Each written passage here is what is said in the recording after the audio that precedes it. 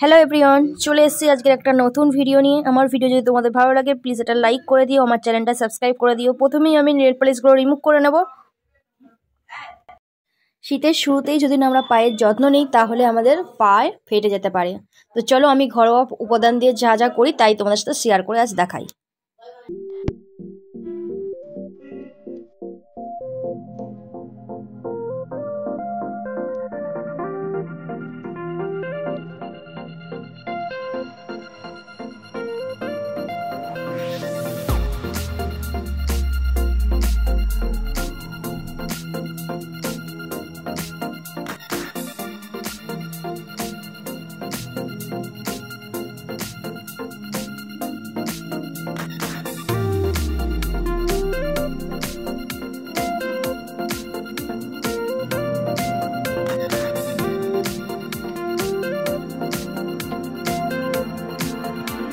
বন্ধুরা, আমি নেক্সট ভিডিওয়ে কি কালার নেল পলিশ পরবো তোমরা কমেন্ট করে জানিও।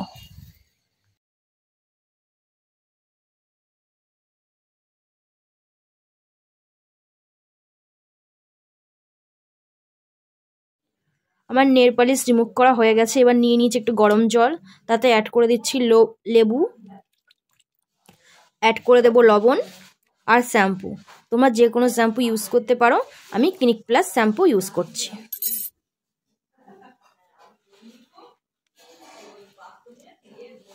জলটা একটু ঠান্ডা হয়ে গেছিলো তাই ফের আবার একটু গরম জল দিয়ে দিচ্ছি।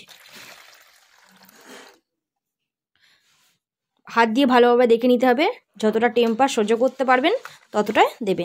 এরপর পাটা ভালো করে ডুবিয়ে রেখে রাখতে হবে 10 মিনিট। বন্ধুরা, আমি এখন নেল পলিশ পরে নেই গো। তোমাদের যদি কারোর মনে হয় যে আমার প্লাস্টিকের নখ, তারা দেখে নাও যে এটা অরিজিনাল না প্লাস্টিকের নখ।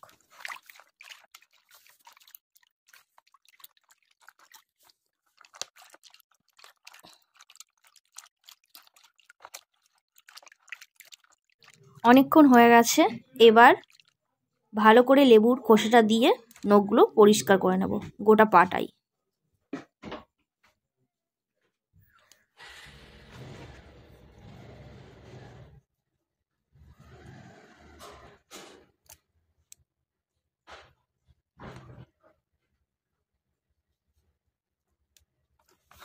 ভালো করে পরিষ্কার করে নেওয়া হয়ে গেলে এরপর একটা ব্রাশের সাহায্যে ভালো করে ঘষে নিতে হবে। ভিডিও বানাই অনেক আশা নিয়ে, তোমাদের একটা লাইক আমাকে ভিডিও বানাতে আরও উৎসাহ বাড়াবে। আর তোমাদের আমার ভিডিওটা কেমন লাগলো তোমরা কমেন্ট করে ভিডিও শেষে জানিও। ভালো করে ঘষে নেওয়া হয়ে গেছে, এবার আমি জল দিয়ে ভালো করে ধুয়ে নেব। ধুয়ে নেওয়া হয়ে গেলে একটা শুকনো কাপড় দিয়ে ভালো করে পাটা মুছে নেব।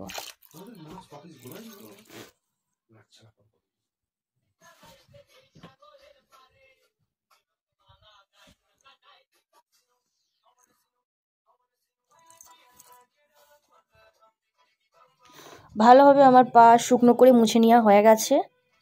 এবার একটা মিশ্রণ তৈরি করে নেব।